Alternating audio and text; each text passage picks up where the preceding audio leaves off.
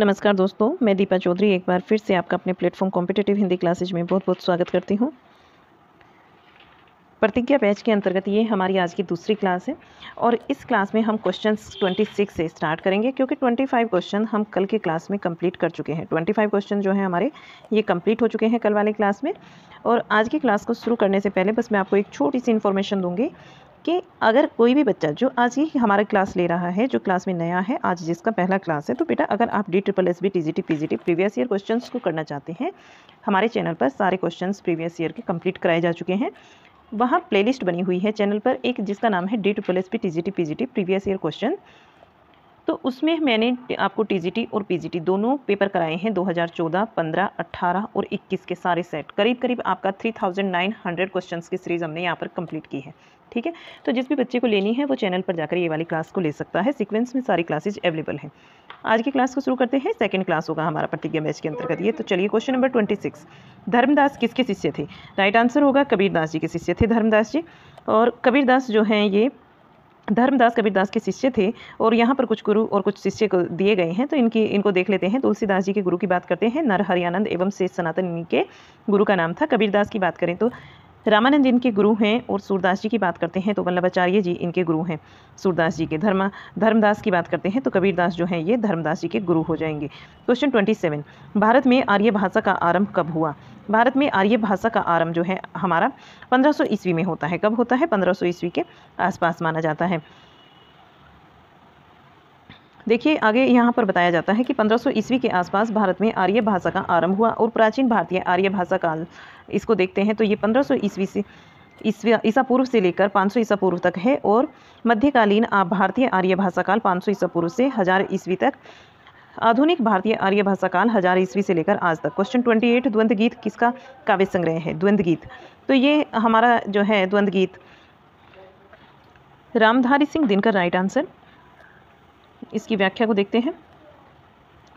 द्वंद्व गीत रामधारी सिंह दिनकर का काव्य संग्रह है। और दिनकर के काव्य रेणुका, हुंकार, रसवंती, द्वंद्व गीत, कुरुक्षेत्र, सामधेनी, रश्मिरथी, नील कुसुम, उर्वशी, इतिहास के आंसू आदि। माखनलाल चतुर्वेदी के काव्य हिमकृतनी, हिमतरंगिणी, समर्पण, माता, पुष्प की अभिलाषा आदि। हरिओत जी के काव्य हैं प्रिय प्रवास, पारिजात, वैदेही वनवास, कृष्ण शतक, रसिक रहस्य, रसकलश, कल्पलता, भ्रमर गीत और हरिओद सतसई। ये हो गए हमारे हरिओत जी के काव्य संग्रह। भारतेंदु जी के काव्य संग्रह हैं भक्ति सर्वस्व, प्रेम मालिका, के कार्तिक स्नान, वैशाख माहात्म्य, प्रेम सरोवर, होली, सतसई, श्रृंगार, प्रेम प्रलाप आदि। क्वेश्चन 29, वीणा, उच्छ्वास ग्रंथि जैसी कोमलकांत, पदावली और माधुर्य गुण से परिपूर्ण रचनाएं किस कवि की हैं? तो ये पंत जी की हैं। वीणा, ग्रंथि, उच्छ्वास और ये जो रचनाएं हैं कोमलकांत, पदावली जैसी माधुर्य गुण से परिपूर्ण रचनाएं पंत जी की हैं।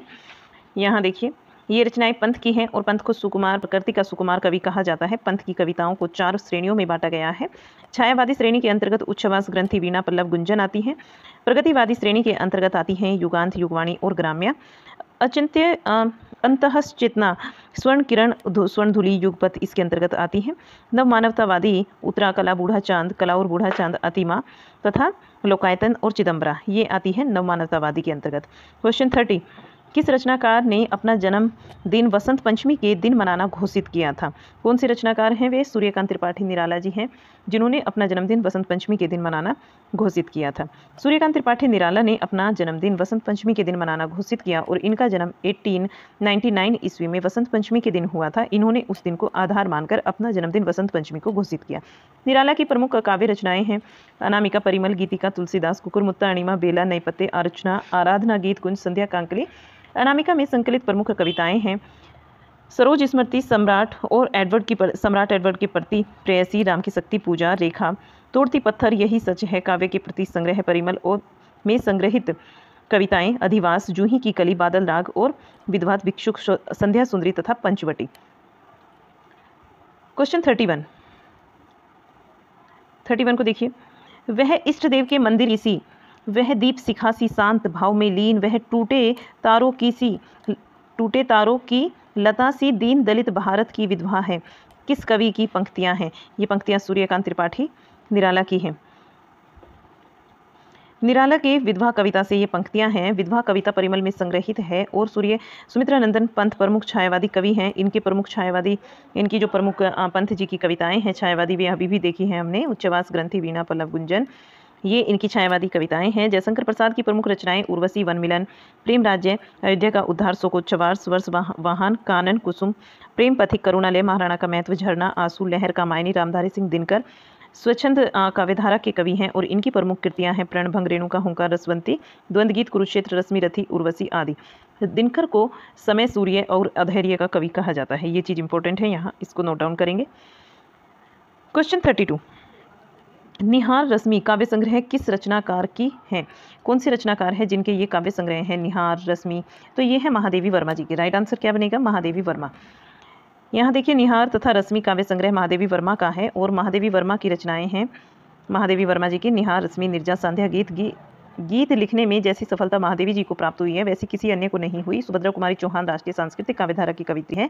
इनकी प्रमुख रचनाएं त्रिधारा और मुकुल हैं। सियाराम शरण गुप्त की रचनाएं हैं मौर्य विजय, अनाथ, दुर्वादल, विषाद, आद्रा, आत्मोत्सर्ग, बापू आदि। 33 क्वेश्चन, जापानी लोक कथा पर आधारित कविता कौन सी है? जापानी लोक कथा पर आधारित कविता है असाध्य वीणा। कौन सी? असाध्य वीणा। असाध्य वीणा ये जापानी लोक कथा पर आधारित कविता है। यह एक लंबी कविता है और इस कविता का मुख्य भाव अहंकार का विसर्जन है। मुख्य भाव क्या है? अहंकार का विसर्जन। अज्ञे की अन्य जो महत्वपूर्ण कविताएं हैं नदी के द्वीप, चिंता, इत्यलम, हरिघास पे क्षण भर, यह द्वीप अकेला, कितनी नाव में कितनी बार आदि। निशा निमंत्रण, मधुशाला, मधुबाला, मधु कलश, मिलन यामिनी इत्यादि हरिवंश राय बच्चन की प्रमुख काव्य कृतियां हैं। झरना, आंसू, लहर, कामायनी आदि छायावादी कवि जयशंकर प्रसाद जी की कृतियां हैं। क्वेश्चन 34, मंजीर काव्य संग्रह के रचयिता है। मंजीर काव्य संग्रह के रचयिता यहाँ पर कौन है? गिरजा कुमार माथुर जी। राइट आंसर क्या होगा? गिरजा कुमार माथुर का ये काव्य संग्रह है मंजीर। मंजीर जो है ये गिरजा कुमार माथुर का काव्य संग्रह है। गिरजा कुमार माथुर ये तार सप्तक के कवि हैं और इनके अन्य महत्वपूर्ण काव्य संग्रह हैं नास और निमंत्रण, धूप के धान, शिला पंख, चमकीले, अभी और कुछ भवानी प्रसाद के प्रमुख काव्य संग्रह, गीत, फ्रोस, बुनी हुई रस्सी, खुशबू के शिलालेख, सतपुड़ा के जंगल, टूटने का सुख। भारतेंदु हरिश्चंद्र को हिंदी में आधुनिकता का जन्मदाता माना जाता है। भारतेंदु जी को की कुल जो संख्या है कविताओं की वो 175 कविताएं मानी जाती हैं। इतने लगभग इनके कुछ महत्वपूर्ण रचनाएं हैं भक्ति सर्वस्व, प्रेम मालिका, कार्तिक स्नान, वैशाख माहात्म्य, वर्षा विनोद, फूलों का गुच्छा, बकरी विलाप, जातीय संगीत और रिपनाष्टक आदि। 35 क्वेश्चन, किस कवि के बचपन का नाम राम बोला था? कौन सा कवि है जिसके बचपन का नाम राम बोला था? तो तुलसीदास जी के बचपन का नाम राम बोला था। राम भक्ति शाखा के प्रवर्तक कवि तुलसीदास जी के बचपन का नाम राम बोला था। ऐसी जनश्रुति है कि गोस्वामी तुलसीदास जी जब पैदा हुए तो 5 वर्ष के बालक के समान थे और उन्हें पूरे दांत थे। जब वे पैदा हुए वे रोए नहीं थे, केवल उनके मुंह से राम शब्द निकला था और तभी से उनका तुलसीदास जी को राम बोला कहा जाने लगा। तुलसीदास के पिता का नाम आत्मा राम दुबे और माता का नाम तुलसी देवी था। 36 क्वेश्चन, निम्न में से कौन सी केशवदास की रचना नहीं है? केशवदास जी की कौन सी रचना नहीं है बताना है और राइट आंसर बनता है यहाँ पर देवमाया प्रपंच। देवमाया प्रपंच जो है ये केशवदास जी की रचना नहीं है। देवमाया प्रपंच यह केशवदास की रचना नहीं है, अपितु यह देव द्वारा संस्कृत के प्रबोध चंद्रोदय का काव्य अनुवाद है और देव की कुछ महत्वपूर्ण कृतियाँ हैं भाव विलास, अष्टयाम, भवानी विलास, देवचरित, रस विलास, प्रेम चंद्रिका, सुजान विनोद आदि। वीर सिंह देवचरित, जहांगीर जस चंद्रिका, नखसिक, रसिक प्रिया, रामचंद्रिका, कवि प्रिया, रतन बावनी, विज्ञान गीता, छंदमाल इत्यादि केशवदास जी की रचनाएं हैं। विश्वनाथ प्रसाद मिश्र, डॉक्टर नागेंद्र तथा गणपति चंद्र गुप्त ने केशव को रीति काव्य का प्रवर्तक माना है। केशवदास जी को क्या माना है? रीति काव्य का प्रवर्तक माना है। 37 क्वेश्चन, महाराणा का महत्व किसकी रचना है? ये जयशंकर प्रसाद जी की रचना है। महाराणा का महत्व जयशंकर प्रसाद जी की रचना है और जयशंकर प्रसाद जो है ये छायावाद के प्रमुख कवि हैं। इनकी अन्य महत्वपूर्ण कृतियां हैं उर्वशी, वन मिलन, प्रेम राज्य, अयोध्या का उद्धार, शोकोच्छवास, वर्षवाहन, बब्रुवाहन, कानन, कुसुम, प्रेम पथिक, चित्राधार, झरना, आंसू, लहर, कामायनी, झांसी की रानी, त्रिधारा, मुकुल। सुभद्रा कुमारी चौहान की प्रमुख काव्य कृतियां हैं रेणुका, हुंकार, प्रणभंग, रसवंती, कुरुक्षेत्र, परशुराम की प्रतीक्षा और रश्मि रथी, उर्वशी, हारे को हरिनाम, रामधारी सिंह दिनकर जी की प्रमुख काव्य कृतियां हैं। भगवती चरण वर्मा मुख्यतः कथाकार के रूप में चर्चित हैं और इनके प्रमुख उपन्यास है पतन, चित्ररेखा, 3.5 वर्ष, टेढ़े मेढ़े रास्ते, भूले बिसरे चित्र, सामर्थ्य और सीमा आदि। नेक्स्ट क्वेश्चन 38 क्वेश्चन को देखिए। मैं कल्पना के सत्य को सबसे बड़ा सत्य मानता हूँ। मैं कल्पना के सत्य को सबसे बड़ा सत्य मानता हूँ किसके विचार हैं? ये विचार जो हैं वे सुमित्रानंदन पंत जी के हैं। कवि कल्पना के सत्य को सबसे बड़ा सत्य मानता है और ये छायावादी कवि हैं सुमित्रानंदन पंत जी, इन्हीं का कथन है। और ये आगे क्या बोलते हैं कि मेरी कल्पना को जिन जिन विचारधाराओं से प्रेरणा मिली है उन सब का समीकरण करने की मैंने चेष्टा की है। मेरा विचार है कि वीणा से लेकर ग्राम्य तक अपनी सभी रचनाओं में मैंने अपनी कल्पना को ही वाणी दी है। क्वेश्चन 39, सुमित्रानंदन पंत का काव्य संग्रह कौन सा है? सुमित्रानंदन पंत जी का काव्य संग्रह कौन सा नहीं, पल्लव कब प्रकाशित हुआ था? पल्लव को पूछा जाता है, 1928 की ये रचना है पल्लव। देखिए, सुमित्रानंदन पंत के काव्य संग्रह पल्लव का प्रकाशन 1928 में हुआ था और पंथकृत पल्लव की भूमिका को छायावाद का घोषणा पत्र यानी कि मैनिफेस्टो कहा जाता है। पल्लव की भूमिका में पंत ने भाषा, अलंकार, छायावाद, छंद, शब्द और भाव के सामरस्य पर विचार व्यक्त किया है। पंत जी की महत्वपूर्ण रचनाएं हैं, कुछ कृतियां और कुछ प्रकाशन वर्ष दिए गए हैं, तो इनको देखेंगे। उच्छ्वास का समय 1920 है। ग्रंथि की बात करें तो 1920 इसका समय है। वीणा की बात करते हैं 1927 इसका समय है। पल्लव का समय 1928 है। गुंजन का समय 1932 है।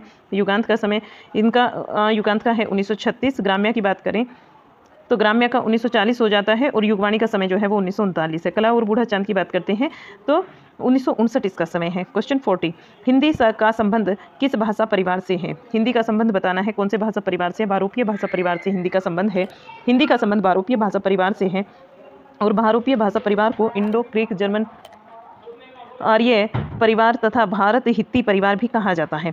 बहुरूपीय परिवार की 10 शाखाएं हैं जिन्हें 2 वर्गों सतम और केतुम में बांटा गया है।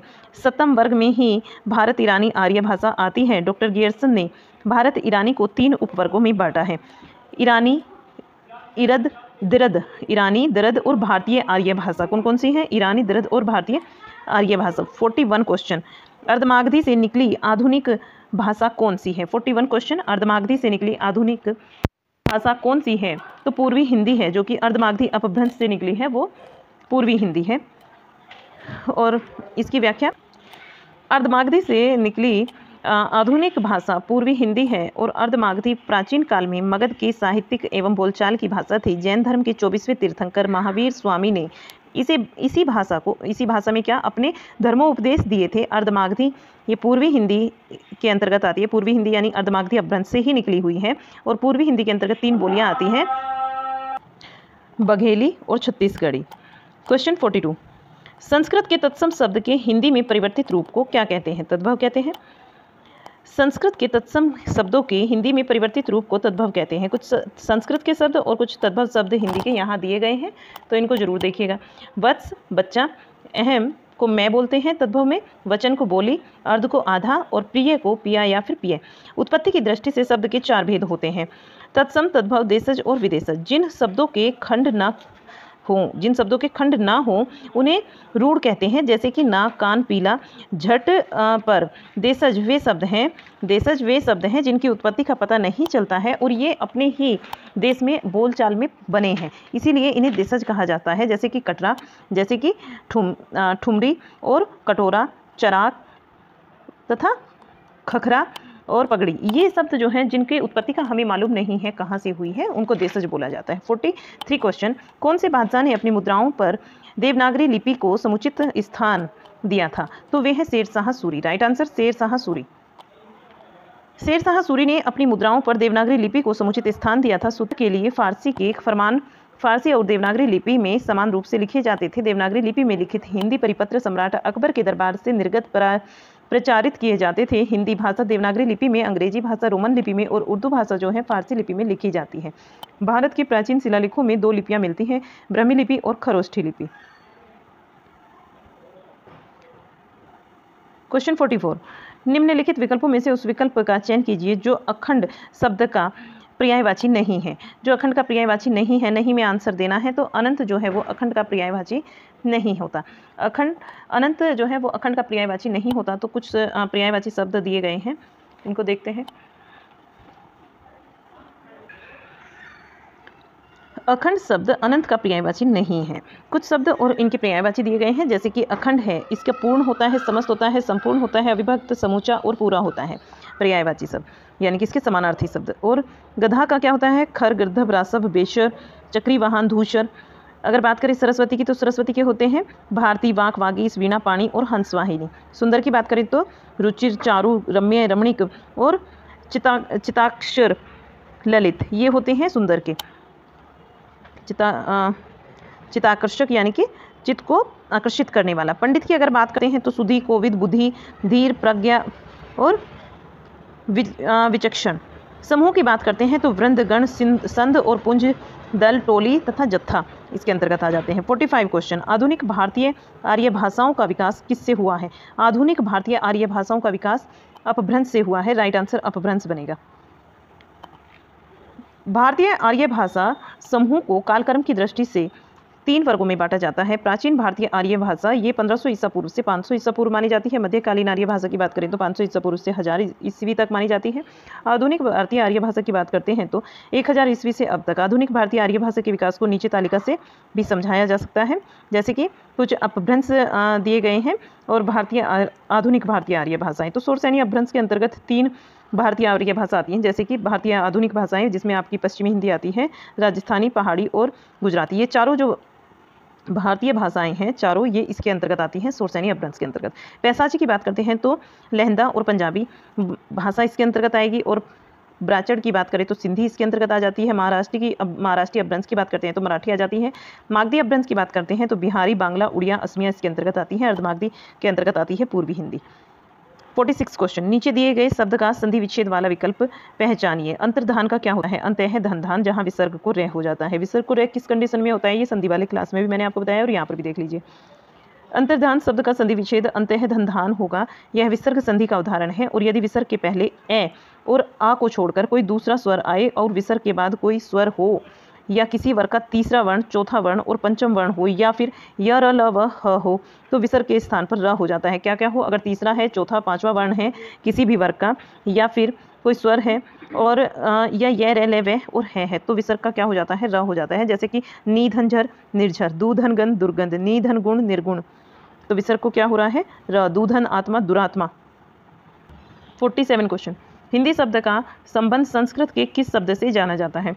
सिंधु से जाना जाता है। हिंदी शब्द का संबंध संस्कृत के सिंधु शब्द से माना जाता है। सिंधु शब्द के आसपास की भूमि और वहां रहने वाले लोगों को सिंधु कहा जाता था। कालांतर में ईरानी भारत के अधिकाधिक भाग से परिचित हो गए थे। ईरानी जो है वो भारत के अधिक से अधिक भाग से परिचित हो गए थे और इनके द्वारा यह शब्द हिंदी उच्चारित होने लगा था। यूनानी शब्द इंडिका और अंग्रेजी शब्द इंडिया को इसी शब्द का विकसित रूप कहा जा सकता है। और हिंदी का में क्या होता है? का जो है ये अक्सर लोप होने से हिंदी शब्द का बनकर सामने आया है। 48 क्वेश्चन, खड़ी बोली हिंदी का उद्भव किस अपभ्रंश से हुआ है? खड़ी बोली हिंदी की बात करते हैं तो इसका उद्भव जो है वो सोर्स यानी अपभ्रंश से हुआ है। खड़ी बोली हिंदी का उद्भव सोर्स यानी अपभ्रंश से हुआ है। खड़ी बोली अनेक नामों से अभिहित की गई है, हिंदुई, हिंदवी, दखनी, रेखता और हिंदुस्तानी, हिंदुस्तानी आदि। जॉर्ज गियर्सन ने इसे वर्नाकुलर हिंदुस्तानी कहा है और सुनीति कुमार चटर्जी ने इसे जनपदीय हिंदुस्तानी कहा है। तो दोनों ही नाम इंपॉर्टेंट है। जॉर्ज गियर्सन के द्वारा दिया गया वर्नाकुलर हिंदुस्तानी भी और सुनीति कुमार के द्वारा दिया गया जनपदीय हिंदुस्तानी भी। खड़ी बोली हिंदी की 5 उपभाषाएं और 18 बोलियां हैं। तो देखिए जो आधुनिक हमारी भाषाएं हैं इसमें 5 उपभाषाएं और 18 बोलियां आती हैं, जिसके अंतर्गत पहली उपभाषा है हिंदी और हिंदी की बोली आती है खड़ी बोली, जिसको हम कोरवी भी बोलते हैं, ब्रजभाषा, बुंदेली, हरियाणवी, कन्नौजी। याद रखेंगे इनको, इस वाले चार्ट को नोट डाउन भी कर सकते हैं अगर किसी के पास नहीं है, क्योंकि यहाँ से क्वेश्चन आता है। बहुत बार देखा है हमने पेपर में, जब हमने 18, 21 और 15, 14 वाले पेपर किए थे तो ये बहुत क्वेश्चन यहाँ से आए हैं। देखिएगा पश्चिमी हिंदी के अंतर्गत कौन कौन सी होती है? खड़ी बोली होती है जिसका एक नाम कोरवी भी होता है, ब्रजभाषा, बुंदेली, हरियाणवी, कन्नौजी इसकी बोलियां हैं। पूर्वी हिंदी की बात करते हैं, ये उपभाषा है पूर्वी हिंदी। इसके अंतर्गत कौन कौन सी बोलियां आती हैं? अवधी, बघेली, छत्तीसगढ़ी, राजस्थानी। हिंदी की बात करते हैं तो इसके अंतर्गत मारवाड़ी, जयपुरी, मेवाती और मालवी आती है। पहाड़ी हिंदी की बात करते हैं तो गढ़वाली, कुमाऊनी, नेपाली आती है। और बिहारी हिंदी की अगर बात करते हैं, बिहारी हिंदी की, तो इसमें मैथिली, मगही और भोजपुरी ये होती हैं। 49 क्वेश्चन, भाषा का निर्माण होता है। भाषा का निर्माण पूछा जाता है, कहाँ से होता है भाषा का निर्माण? तो यहाँ राइट आंसर बनता है व्यक्त ध्वनियों से। व्यक्त ध्वनियों से होता है भाषा का निर्माण। जो भाषा है, भाषा का निर्माण व्यक्त ध्वनियों से होता है, अर्थात हम जो ध्वनि व्यक्त करते हैं उसी से भाषा निर्मित होती है। और भाषा का उच्चारित रूप तथा लिपि के माध्यम से प्रेषित होता है, और उच्चारण वह ध्वनि संकेत है जो शारीरिक अवयवों के माध्यम से व्यक्त होता है। क्वेश्चन 50, आ की 12 खड़ी देवनागरी लिपि सुधार समिति ने अस्वीकृत कर दी और इस समिति के अध्यक्ष बताना है कौन है? तो डॉक्टर जो आचार्य नरेंद्र देव हैं, ये हमारी इस समिति के अध्यक्ष हैं, आचार्य नरेंद्र देव। इसकी व्याख्या को भी देखते हैं। अ की 12 खड़ी देवनागरी लिपि सुधार समिति ने अस्वीकृत कर दी और इस समिति के अध्यक्ष आचार्य नरेंद्र देव थे।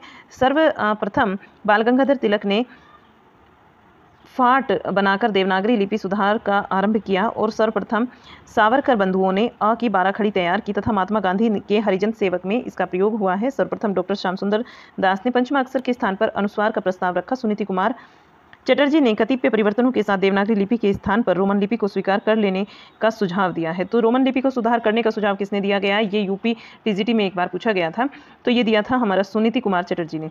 इसको ध्यान में रखेंगे, ये आया हुआ क्वेश्चन है यूपी टीजीटी में। चलिएगा, यहाँ से आपको कैसा लगा हमारा क्लास आज का, ये भी बताइएगा। और अब हम आपको एक नई क्लास में मिलेंगे, इसकी क्लास 3 में, ठीक है। और पसंद आई हो लाइक शेयर करना मत भूलिएगा। चैनल को अभी तक सब्सक्राइब नहीं किया तो सब्सक्राइब कर लीजिए। चलिएगा, मिलते हैं आपसे एक और नई क्लास में, तब तक के लिए बाय बाय।